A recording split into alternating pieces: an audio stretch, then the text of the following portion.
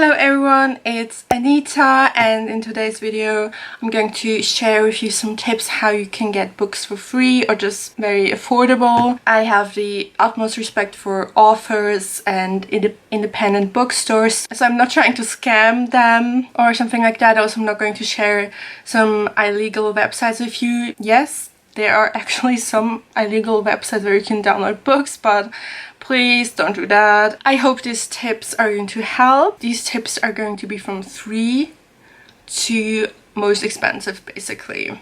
So where you have to pay something. So the first one is about books where the copyright has expired, and you probably know that. For example, you could find Shakespeare plays online for free. That's because the copyright expired, obviously, and there are lots of books out there that are like that, because pretty much all the classics. And I knew about that, and you could find things online, maybe in PDF format, whatever. However, I discovered not even a year ago Project Gutenberg, named after the first book press that was invented by Gutenberg, and there you can find books and download them in different formats. And I have a Kindle app for my iPad. I read some of the books on my iPad, and the Kindle app is completely free, and so you could download them in that format. I'm just going to quickly demonstrate it for you on my phone because it's easier that way, and I'll link everything down below. So here I'm on the website gutenberg.org, and let me just, like, for example, you could just browse the catalog, and here are some by author, title, language. These are also good if you're looking for books in a different language. There are lots of languages. Obviously, for some languages there are more books available, but it's also a great resource if you're learning another language. I'm just going here to show you like a top 100 books. So here you can see like they're all classics: Alice's Adventures in Wonderland, Frankenstein. Let's go, for example, to Pride and Prejudice by Jane Austen. I don't actually own that book. I remember I borrowed it from the library. So here you can see the formats you could use. You can read it online. And what I'm going to do is Kindle with images. I don't know if there are images, but I don't know, like I always click it. And then I just go into open in Kindle, and now you can just read it like a normal ebook. It's much nicer to read an ebook than to just read it online or in a PDF document. So that's what I like to do. And I also have the Kindle app on my iPad, like I said, so I can synchronize it, and then I just read it on my iPad because it's bigger. A lot of people prefer physical books over ebooks, but first of all, you can save money that way and space. So yeah, and sometimes you don't even know if you like the book. So if you get the ebook, especially for free, then you have the options to decide if you want to continue reading it or not. So that's why I like that. There's also a sort of Project Gutenberg, but for audiobooks, or a site where people recorded the books. I will link that below as well. It's called LibriVox, something like that. I haven't used it. I'm not really into audiobooks, but in case you prefer listening to books, I thought I would mention it. And these are also for books that the copyright has expired. Alright, so the second tip is to, and it's really a no-brainer, to exchange books with your friends. It seems obvious, but I feel like people don't really do that anymore. It could be a nice idea to organize like a little like book evening or something like that, where all your friends bring books they don't really read, and I don't know, you have dinner or something fun like that, and you can exchange books. And yeah, I mean, I know that we had that in like elementary school where you exchange books, but other than that I haven't really seen anything like that. Also, you could just, you know, ask around if you're looking for a specific book, if someone has it. That way you don't spend any money. Yeah, the third tip is similar to the second one. There are book exchange sites online. That's where I got this book. It's Le Juste by Albert Camus. When I signed up for this book exchange site, I got a little credit. sort of a like welcome gift, and with that I got this book. It essentially works like that, that you offer some books, and when someone buys it with the points they have, then you get these points, and you can with those points get other books. And it's not really for profit. You kind of obviously give a certain price, so you can also pay for the post stamp on whatever you need to, you know, when you send the book out. So that's pretty much it. It's not really for profit. It's just for people exchanging their stuff basically, and I think it's a great idea. I link the one down below I'm using. It's just for Switzerland, but I'm sure you can find something similar in your country. The fourth tip is to go to the library. You're either a member of your university library if you're at uni, or at your school library if you're still at school, and I encourage you to take advantage of it. I didn't really do that when I was in school, but at uni I get books I'm interested in all the time. That's how I got this one, and this was non-fiction. In uni libraries you don't really find a lot of fiction, but maybe you do. There are also public libraries everywhere. You can get a membership.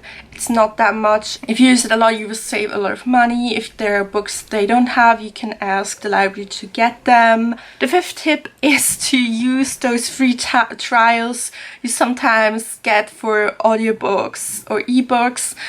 This is not sponsored or anything, please don't think that. For example, I was interested in a book, but it was exclusively an audiobook on Audible, and I never used Audible, but I knew that they had a free trial, so I got that and I listened to the book, and that was it. That's how I took advantage of it. I think there are also probably some things for ebooks.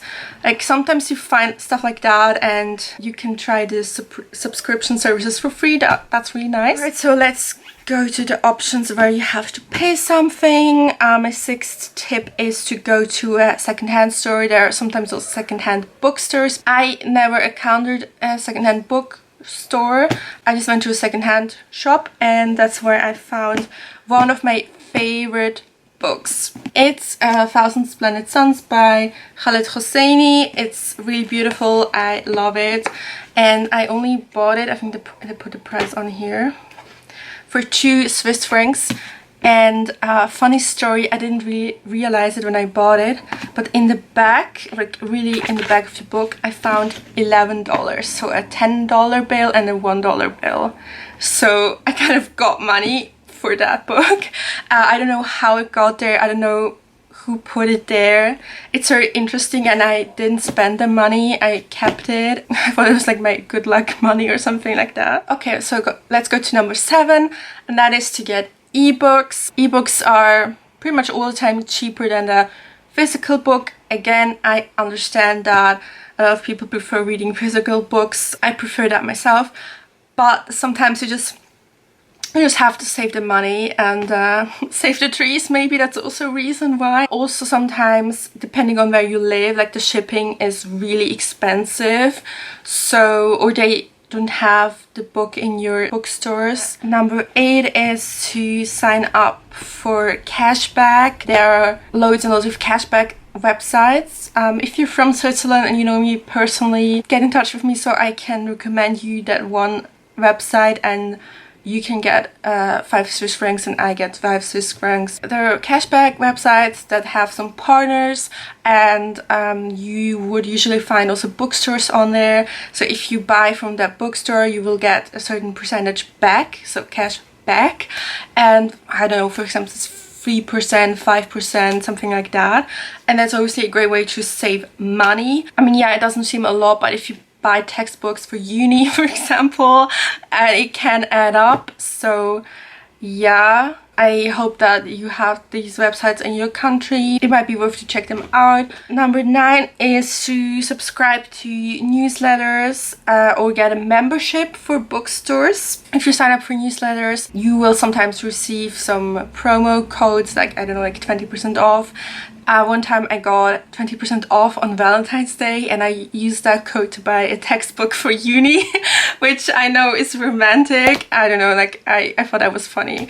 And I mean, you used that code. Thank you very much. It's a really great gift for me. Sometimes bookstores have this promotion, like if you spend a certain amount of money, they will give you like a gift card or something like that.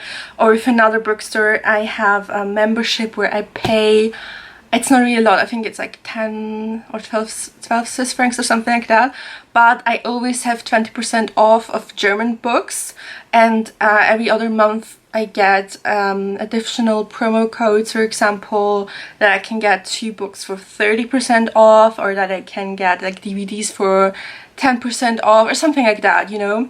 That way I also save a lot of money. A lot of my textbooks are in German because I am from the German speaking part of Switzerland, so I always have 20% off, and with that additional promo code it's 30%, and that way it's even cheaper than in the university bookstores that I already have a discount. Also, I haven't mentioned that if you're at uni, you can, I know in the US you can rent your textbooks, we can't do that, but there are a lot of people who will sell their textbooks, so that's a great way of saving money if you're a student. Sometimes people just write an email to everyone in that subject like, oh yeah, I'm selling this and this book. Depending on your subject, sometimes they're like book fairs, you can get together and sell your books to new students or other students, so that way you can get their money back or save money on your textbooks. Also, sometimes with uni textbooks you can find it online, especially if it's an older version, if you just type in PDF, like the name and then PDF.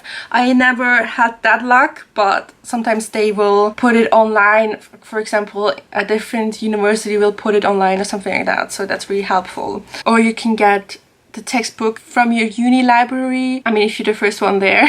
If you can't borrow it from the library, because sometimes they have books that you can't borrow, you could just scan it with your phone. There are apps like that, or just take pictures or whatever of the relevant stuff. That way you don't have to buy the textbook. Yeah, so I hope these tips were helpful. If you have some other tips, like again, please don't share illegal websites. Please don't do that. Alright, thank you so much for watching. Have fun with your books. And yeah, so see you in my next video.